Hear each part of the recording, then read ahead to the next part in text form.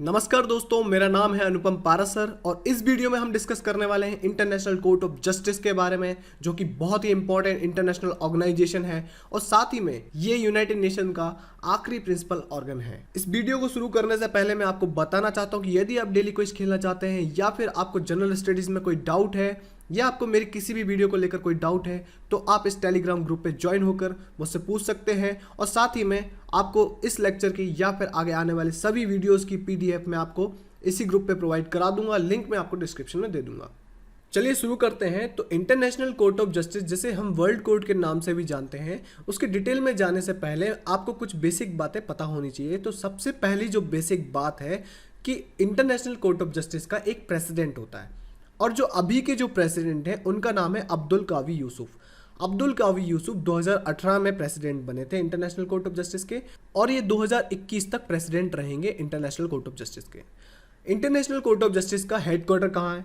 तो international court of justice के अलावा बाकी जितने भी यूनाइटेड नेशंस के प्रिंसिपल ऑर्गन हैं वो सभी के सभी न्यूयॉर्क से वर्क करते हैं। न्यूयॉर्क में उनका हेडक्वार्टर है।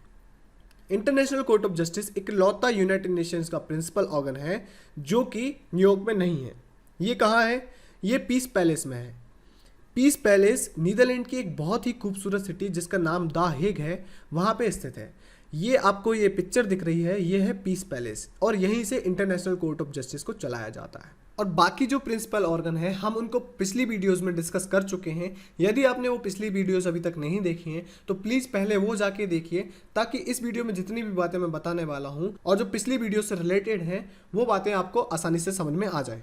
तो इंटरनेशनल कोर्ट ऑफ जस्टिस को क्यों बनाया गया? क्या रीज़न था इंटरनेशनल कोर्ट ऑफ जस्टिस को बनाने का? तो इसके लिए आप ऐसा समझिए कि जैसे दो व्यक्ति हैं, उनके बीच में कोई विवाद होता है, कोई डिस्प्यूट होता है और वो आपस में यदि नहीं सुलझा सकते तो उनके लिए हमारे देश में कोर्ट्स हैं, जैसे डिस्ट्रिक्ट कोर्ट्स है, हाई कोर्ट्स है या सुप्रीम कोर्ट है। वैसे ही यदि दो देशों के बीच में कोई डिस्प्यूट या कोई विवाद होता है, उसको सुलझाने के लिए कोई कोर्ट होना चाहिए। तो उसी वजह से इंटरनेशनल कोर्ट ऑफ जस्टिस को बनाना पड़ा। लेकिन क्या इंटरनेशनल कोर्ट ऑफ जस्टिस पहली ऐसी कोर्ट थी जो देशों के लिए सुनवाई कर रही थी? तो ऐसा नहीं था। सबसे पहला जो परमानेंट इंस्टीट्यूशन बनाया गया था उसका नाम था permanent court of arbitration. Arbitration का मतलब होता है मध्यस्थता। तो मध्यस्थता के लिए एक स्थायी न्यायालय बनाया गया था जो कि बनाया गया था हेग की पीस कॉन्फ्रेंस के बाद 1899 में। और ये रशिया के राजा थे जार निकोलस II, उनके द्वारा बुलाई गई थी। और इसमें यह निर्णय लिया गया कि हमें एक परमानेंट कोर्ट ऑफ आर्बिट्रेशन बनाना चाहिए। और जो पीसीए होता है वो 1900 में वजूद में आता है और 1902 में इसका काम चालू होता है। फिर होती है हमारी first world war. First world war में बनती है league of Nations. League of Nations के बारे में मैंने यूनाइटेड नेशंस वाली वीडियो में भी बताया है, आप उस वीडियो को भी देख सकते हैं कि कैसे लीग ऑफ नेशन वजूद में आया था। तो फर्स्ट वर्ल्ड वॉर होती है 1914 से लेके 1919 तक। तो इस टाइम पे बहुत सारे वॉर क्राइम्स होते हैं और बहुत सारी ऐसी सिचुएशंस आती हैं जहाँ पे मध्यस्थता के लिए कोई लीगल इंस्टीट्यूशन की जरूरत पड़ती है। तो उस वजह से permanent court of international justice को बनाया जाता है। ये लीग ऑफ नेशंस की छत्र छाया में काम करता है। लेकिन जैसे मैंने आपको यूनाइटेड नेशंस वाली वीडियो में बताया था कि लीग ऑफ नेशन एक कमज़ोर ऑर्गेनाइजेशन था और उसकी नाकामयाबी की बहुत सारी वजह थी। उसमें से एक वजह ये थी कि लीग ऑफ नेशंस में सभी नेशंस को बराबरी का अधिकार नहीं था। मतलब जो पावरफुल जो नेशंस थे, पावरफुल कंट्रीज थी, उनको बहुत ज़्यादा इसमें पावर हासिल थी और वो बहुत कुछ अपनी मनमानी करते थे। तो लीग ऑफ नेशंस में जैसे यूएसए था, यूएसए लीग ऑफ नेशंस को बनाने के लिए बहुत बढ़ चढ़ के आगे आया, लेकिन उसने खुद ही लीग ऑफ नेशंस को ज्वाइन नहीं किया कभी भी। वैसे ही लीग ऑफ नेशंस में जब बनी थी तब 42 मेंबर्स थे इसके, और बाद में इसमें कुछ मेंबर्स जुड़ते गए और कुछ मेंबर्स इससे हटते गए।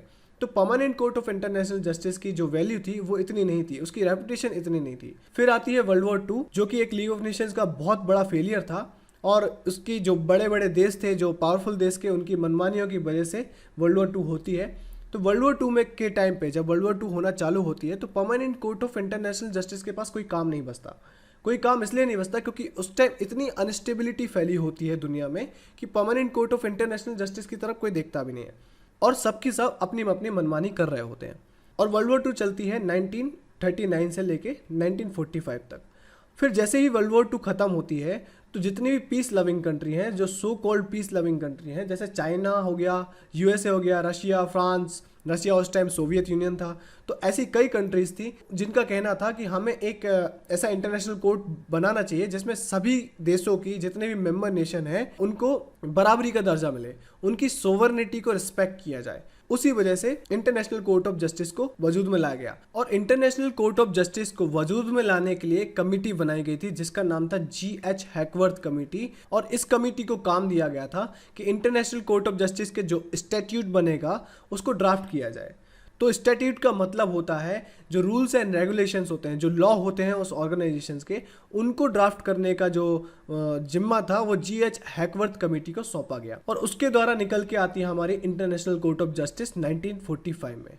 अब इंटरनेशनल कोर्ट ऑफ जस्टिस करती क्या है? तो ये लीगल डिस्प्यूट्स को सुलझाती है दो स्टेट्स के बीच में, उनको सेटल करती है। और ये साथ ही में एडवाइजरी ओपिनियंस भी देती है, एडवाइस देती है किसको? यूनाइटेड नेशंस को। और बाकी जो स्पेशलाइज्ड एजेंसी होती हैं उनको भी ये एडवाइस देती है।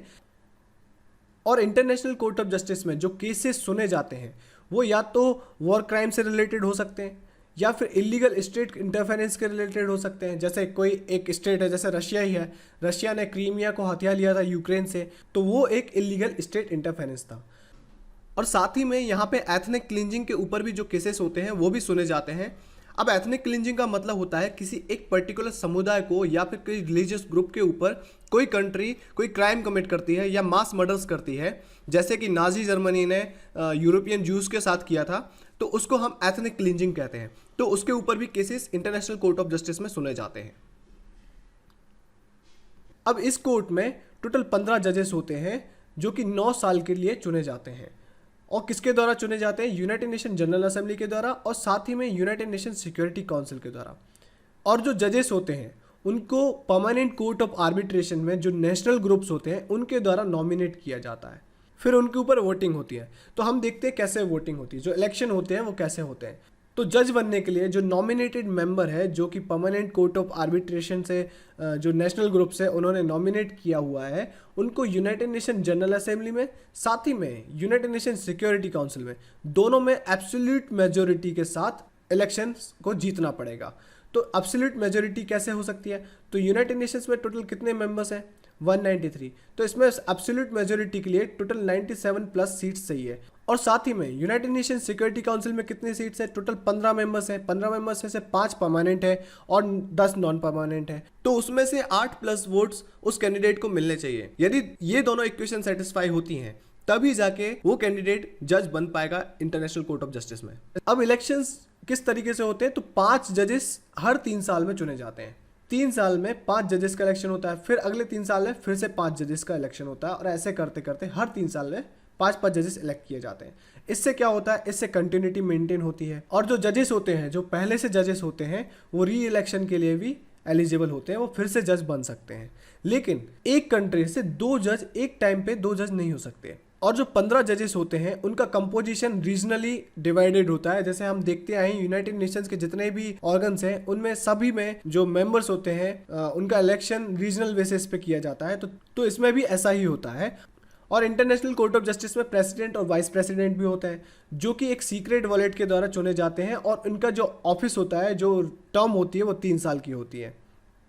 अब इसमें एक फैक्ट है, वो याद रखना है कि जो P5 जो परमानेंट कंट्रीज हैं, जो 5 परमानेंट कंट्री हैं यूनाइटेड नेशन सिक्योरिटी काउंसिल में, उनकी कंट्री से एक जज हमेशा कोर्ट में रहेगा। लेकिन एक एक्सेप्शन था चाइना का, जिसने 1967 से लेकर 1985 तक कोई भी जज को नॉमिनेट नहीं किया था। अब रिसेंटली आपने दलवीर भंडारी जी का नाम तो सुना ही होगा, जो इंडिया की तरफ से इंटरनेशनल कोर्ट ऑफ जस्टिस में एक जज हैं।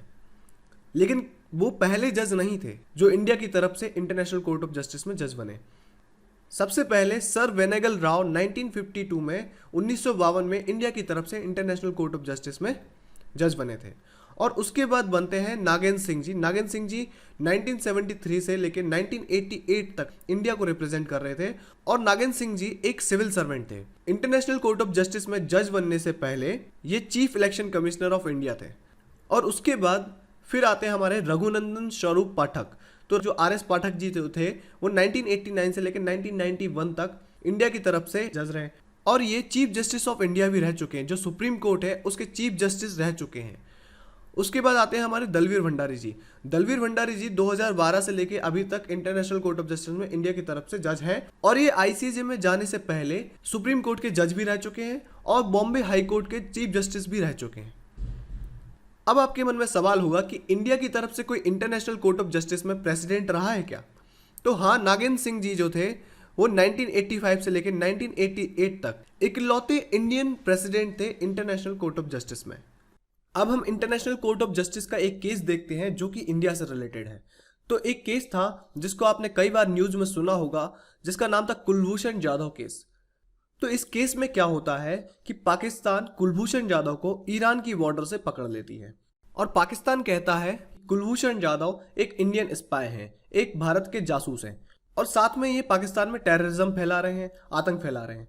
तो इनके ऊपर पाकिस्तान की मिलिट्री कोर्ट में एक ट्रायल चलता है, एक केस चलता है जिसमें पाकिस्तान की जो मिलिट्री कोर्ट होती है वो कुलभूषण जाधव को मौत की सजा सुना देती है, फांसी की सजा सुना देती है। लेकिन इसमें कुलभूषण जाधव की तरफ से कोई भी पक्ष नहीं रखा जाता है, जो कि वियना संधि का, वियना कन्वेंशन जो होता है उसका उल्लंघन है। यदि कोई भी कंट्री में एक विदेशी नागरिक कोई भी ऐसी गतिविधियों में पकड़ा जाता है और उसके ऊपर कोई भी क्रिमिनल ट्रायल चलता है तो उसको काउंसलर एक्सेस दिया जाना चाहिए, ऐसा वियना कन्वेंशन में लिखा है। लेकिन पाकिस्तान ने ऐसा किए बिना ही डायरेक्ट फांसी की सजा दे दी, डायरेक्ट ही मौत की सजा दे दी कुलभूषण जाधव को। और इंडिया ने भी इस चीज की कई बार अपील करी पाकिस्तान से। और जो पाकिस्तान कह रहा था कि ये एक इंडियन स्पाई हैं, ये टेररिज्म फैला रहे हैं पाकिस्तान में, उसको इंडिया ने नकारा।